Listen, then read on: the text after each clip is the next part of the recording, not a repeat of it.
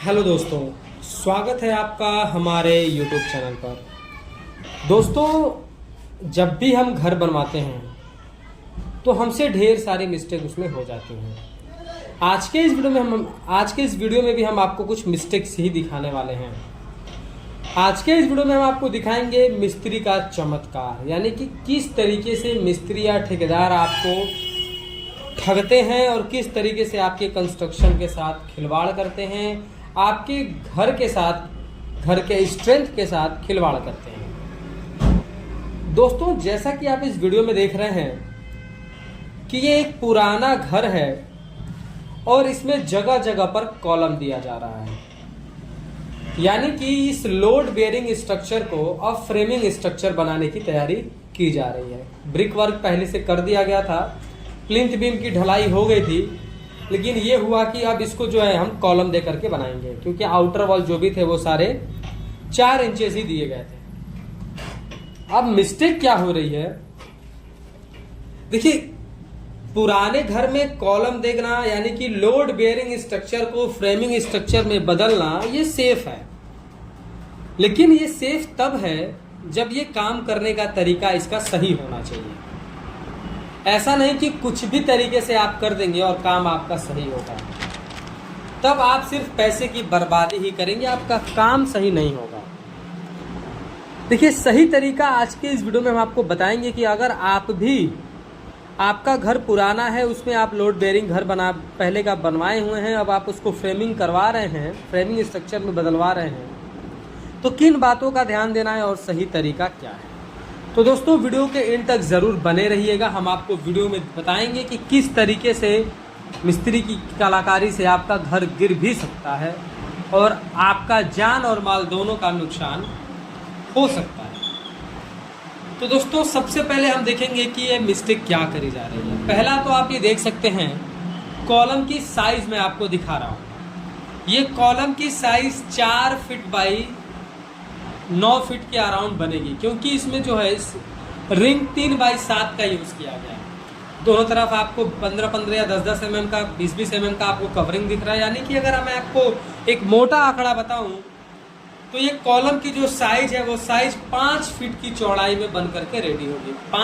5 inch की चौड़ाई में बन करके रेडी होगी। 5 इंच बाई 7 इंच ये कॉलम की साइज होगा।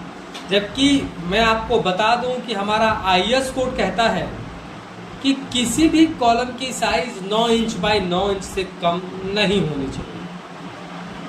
अब यहाँ पर जो कॉलम बनाया जा रहा है उसकी साइज 5 इंच बाई 9 इंच रखी जा रही है, जो कि हमारे बिल्कुल भी जो स्टैंडर्ड तरीके हैं उनको ये फॉलो नहीं करता, यानी कि आपका कॉलम कमज़ोर बन रहा है। तो साइज के हिसाब से आपका कॉलम कमजोर हो गया। दूसरा, आप स्टील देख सकते हैं। स्टील यहाँ पर 10 mm का यूज करा जा रहा है, जबकि आपको मैंने कितनी सारी वीडियो में सजेस्ट किया है कि आपको कभी भी 12 mm से कम का पतला सरिया नहीं यूज करना है, यानी कम से कम 4 सूत का सरिया आपको कॉलम में यूज करना है।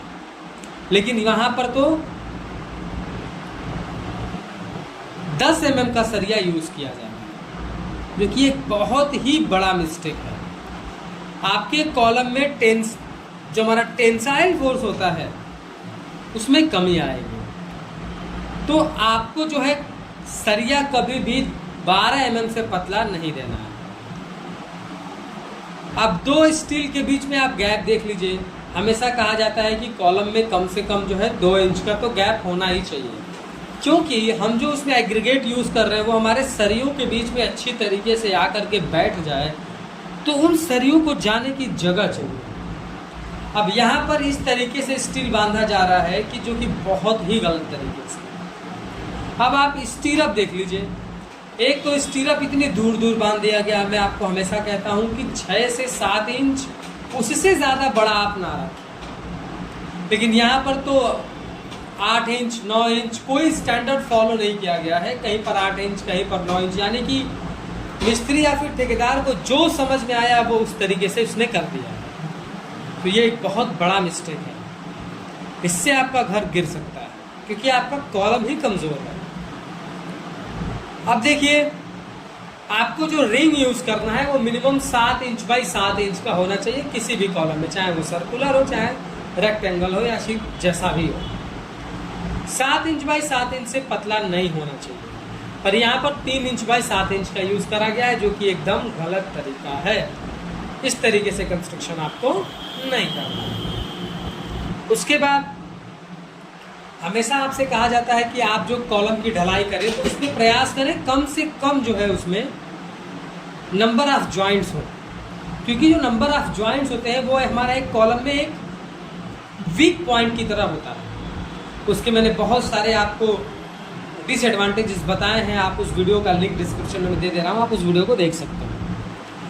यहाँ पर पहले क्या किया गया है कि ईंट की शटरिंग करके लगभग 6 से 8 इंच तक कॉलम को ढाला गया।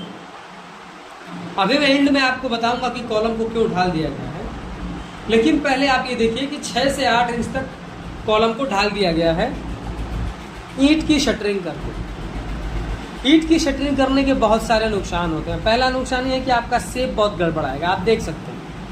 दूसरा, ब्रिक आपका सूखा हुआ है, कंक्रीट के पानी को एब्जॉर्ब कर लेगा, क्यूरिंग करेंगे तो भी एब्जॉर्ब कर लेगा। आपके कंक्रीट को प्रॉपर मॉइस्चर नहीं मिलेगा, जिसकी वजह से आपकी कंक्रीट कमज़ोर होगी, यानी कि आपका कॉलम कमज़ोर होगा। तो यहाँ पर ये एक बहुत बड़ी मिस्टेक करी गई है। तो यहाँ पर जो ये 8 इंच का किया गया, ये 8 इंच नहीं करना चाहिए। पर आप देखिए कि अब क्यों किया गया है, मैं आपको बता रहा हूँ। सबसे बड़ी मिस्टेक क्या है, हमेशा आपसे कहा जाता है कि जो रेनफोर्समेंट यूज़ होगा वो हमारे फुटिंग से निकल कर आएगा, हमारे कॉलम में, कॉलम से हमारे प्लिंथ बीम से होता हुआ वो स्टील एक दूसरे से जुड़ा हुआ स्लैब तक जाता है, पैरापेट वॉल तक जाता है। लेकिन यहाँ पर क्या किया गया, प्लिंथ बीम तो पहले बना दिया गया था, उसके बाद कॉलम को खड़ा करना था। तो कॉलम को खड़ा करने के लिए चूंकि सरिया तो छोड़ा नहीं गया था, तो सिर्फ सरिया को वहां पर रख करके ढलाई कर दिया गया, यानी कि कॉलम के सरिया का जो नीचे से पोजीशन था उसके ऊपर रख करके उसकी ढलाई कर दी गई है। न एक सरिये को दूसरे सरिये पर ओवरलैप किया गया है, न ही उनसे बाइंडिंग वार से बांधा गया है, न जोड़ा गया है, न वेल्डिंग किया गया है। बस ऐसे ही उसकी पोजीशन पर रख करके ढलाई कर दिया गया है। अब आप समझ पा रहे होंगे कि ये 6 से 8 इंच क्यों किया जा रहा है। मैं आपको दो तरफ दिखा रहा हूँ वीडियो में, दोनों तरफ आप देख सकते हैं। अब आप समझ पा रहे होंगे कि ये 8 इंच की ढलाई क्यों की गई है। जैसे कि आप वीडियो में देख रहे हैं कि कॉलम के पोजीशन को चेंज किया जा रहा है। आप बगल में देख सकते हैं एक कॉलम खड़ा हुआ है, लेकिन अब इनका प्लान चेंज हो गया है। प्लान के अकॉर्डिंग अब इनका कॉलम कहीं और आना चाहिए, इसलिए ये प्लिंथ बीम के ऊपर से ही कॉलम को खड़ा करने का निर्णय लिया गया। ये मिस्त्री और ठेकेदार द्वारा सबसे कॉमन मिस्टेक है जो आजकल के घर में किया जा रहा है। बहुत दूर दूर पर कॉलम दिया गया था और फ्रेमिंग स्ट्रक्चर बनाया जा रहा है, तो उसके हिसाब से कॉलम के लोकेशन को चेंज किया जा रहा है। पहले जो कंस्ट्रक्शन किया गया था, ये पहले बाउंड्री वॉल थी तो कॉलम दिया गया था, लेकिन अंदर जो बना है उसमें फ्रेमिंग स्ट्रक्चर इन्होंने नहीं बनाया है। अब उसके हिसाब से जब फ्रेमिंग इन्होंने किया है तो जहाँ पर इनका कॉलम आ रहा था वहाँ पर कॉलम को खड़ा कर दिया गया, लेकिन नीचे से कॉलम ये स्टार्ट नहीं हुआ। आप देख सकते हैं नीचे आपको ब्रिक वर्क दिख रहा है, उसके ऊपर प्लिंथ बीम, उसके ऊपर कॉलम को खड़ा कर दिया गया। तो 8 इंच ढलाई का मतलब यही था कि सरिया बस वहाँ पर रख करके ढलाई कर दिया गया है, जबकि तरीका यह है कि कॉलम आपका फुटिंग से स्टार्ट होकर प्लिंथ बीम, प्लिंथ से स्टार्ट होकर के आपके स्लैब की हाइट तक जाना चाहिए। पर यहाँ पर कॉलम का इजाद जो है प्लिंथ बीम के ऊपर से कर दिया गया, जो कि इस कंस्ट्रक्शन में सबसे बड़ी मिस्टेक है। क्योंकि आपका यह इसी पोजीशन पे जहाँ से आपने कॉलम स्टार्ट किया, यहाँ पर अब एक पॉइंट लोड एक्ट करेगा, जिसकी वजह से पूरे चांसेस हैं कि लोड ज़्यादा होने की वजह से आपका प्लिंथ बीम क्रैक कर जाए। तो इस तरीके की मिस्टेक सबसे बड़ी और सबसे कॉमन हो गया है। और आप समझ गए होंगे कि 8 इंच का जो मैंने आपको स्टार्टिंग में बताया था वो इसका मसला क्यों है, कि क्यों पहले 8 इंच की ढलाई कर दी गई। तो इस तरीके की मिस्टेक जो है हमारे आजकल के ठेकेदार और मिस्त्री के द्वारा किया जाता है, और इसीलिए आपसे कहा जाता है कि आप जब भी कंस्ट्रक्शन कराएं तो एक परफेक्ट प्लानिंग के साथ ही करवाएं। दोस्तों, वीडियो पसंद आया हो तो प्लीज़ वीडियो को लाइक कर दें, और अगर चैनल पर नए हैं, कंस्ट्रक्शन से रिलेटेड ऐसे ही इन्फॉर्मेटिव वीडियोज़ इन फ्यूचर देखना चाहते हैं तो प्लीज़ चैनल को सब्सक्राइब करके बेल नोटिफिकेशन को ऑल पर प्रेस कर दीजिए। Thank you.